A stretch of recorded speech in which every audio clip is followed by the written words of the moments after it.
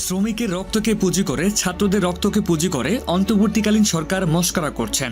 এবার অন্তর্বর্তীকালীন সরকারকে 24 ঘন্টা আলটিমেটাম দিয়ে হুঁশিয়ারি করলেন বৈষম্য বিরোধী ছাত্র আন্দোলনের সমন্বয়ক সহ ছাত্র জনতা। প্রিয় দর্শক, আপনি ঠিকই শুনেছেন। বিস্তারিত জানতে আমাদের সাথী থেকে সম্পূর্ণ ভিডিওটি দেখতে থাকুন।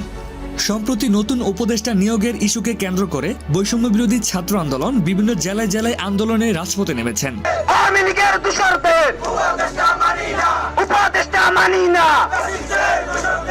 তারা বলছেন, অন্তর্বর্তীকালীন সরকার নতুন উপদেষ্টা নিয়েছে তা বিপ্লবের সঙ্গে সাংঘর্ষিক। ফেসিবাদী দোসরদের স্থান দেওয়া ও শহীদের রক্তের অবমাননা ও অভ্যুত্থানের সঙ্গে বেমানির শামিল বলে উল্লেখ করেছেন তারা। আমরা মনে করি শহীদের রক্তের উপর দাঁড়িয়ে আছে এই উপদেষ্টা পরিষদ, এই অন্তর্বর্তীকালীন সরকার। বিপ্লব পরবর্তী সরকার তাদের মূল ম্যান্ডেটের জায়গা থাকে তারা বিদ্যমান যে বন্দোবস্ত, সেই বন্দোবস্তকে তারা পরিবর্তন করে নতুন বিপ্লবের স্পিরিট ধারণ করে এমন বন্দোবস্ত কায়েম করা এবং এই বন্দোবস্ত কায়েম করতে পারবে সেসব ব্যক্তিদেরকে নিয়োগ প্রদান করা। কিন্তু আমরা 5 আগস্ট পরবর্তী সময় দেখতে পেয়েছি যে আসলে ফ্যাসিবাদের দোসররা যারা গত 16 বছর ধরে এই ফ্যাসিবাদকে বাংলাদেশের মধ্যে কায়েম করেছে তারা এখন পর্যন্ত পদে বহাল রয়েছে। এবং আমরা মনে করি যে উপদেষ্টা পরিষদের মধ্যে যাদেরকে নিয়োগ দেওয়া হবে তারা অবশ্যই এই বিপ্লবের স্পিরিটকে তাদের ধারণ করতে হবে এবং কোনোভাবেই কোনো বিতর্কিত ব্যক্তিকে এই উপদেষ্টা পরিষদের নিয়োগ দেওয়া যাবে না। আমরা মনে করি যদি কোনো ব্যক্তিকে উপদেষ্টা পরিষদে এরকম বিতর্কিত ব্যক্তিকে উপদেষ্টা পরিষদে নিয়োগ দেওয়া হয় সেটি হবে আমাদের এই জুলাই স্পিরিটের বিপরীত এবং এই আমাদের জুলাই বিপ্লবে শহীদদের রক্তের সাথে গাদ্দারি।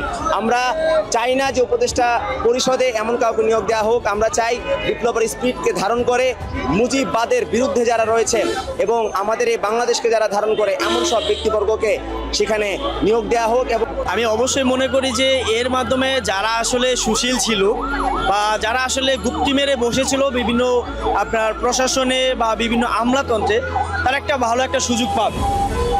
ফারুকী সাহেব সহ আরও যারা আসলে এখানে আরও 2জন যারা পেয়েছেন উপদেষ্টা প্যানেলের দায়িত্বে, তারা কিন্তু আওয়ামী ঘরানায় ছিল, বুদ্ধিজীবী টাইপের ছিল।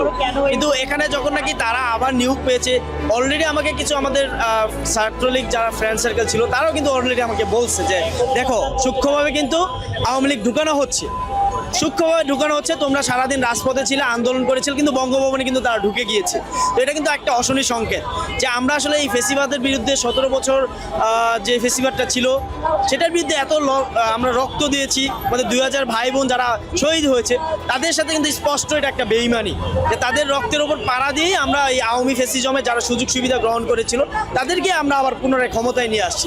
এটা আসলে আমার কাছে একটা ষড়যন্ত্র এবং চক্রান্ত মনে হচ্ছে যে আওয়ামী লীগকে কোনোভাবে বাই হুক বা বাইক হুক তাদেরকে পুনর্বাসন করবে, এরকম একটা তাদের হয়তো টেন্ডেন্সি আছে।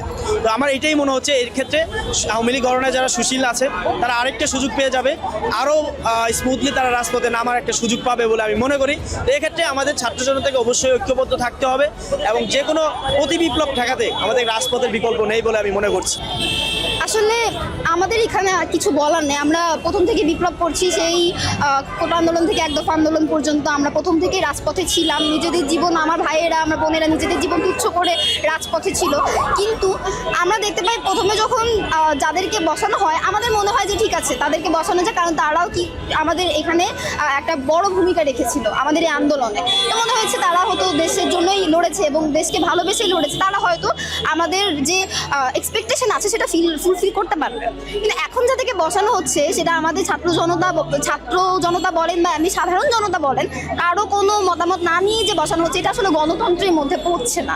তো সেই হিসেবে আমরা অবশ্যই আন্দোলন করছি এবং আমরা এছাড়া তারা সেখানে আওয়ামী লীগের দোসর উপদেষ্টা হয়েছেন তাদেরকে সরিয়ে দেওয়ার দাবি জানান। এদিকে সমন্বয়ক হাসনাত আব্দুল্লাহ বলেছেন, আপনারা শিক্ষার্থীদের রক্তকে পুঁজি করে, শ্রমিকদের রক্তকে পুঁজি করে উপদেষ্টা হয়ে যাবেন, তাহলে সেটি আপনারা ভুল ভাববেন। আপনারা মস্করা বন্ধ করে আপনারা বিপদে পড়বেন আর আপনারা বলবেন আর শিক্ষার্থীরা রাস্তায় নেমে আসবেন। এই দিন আর বেশি দিন থাকবে না। আপনাদের সেভ করার জন্য শিক্ষার্থীরা আর আসবে না।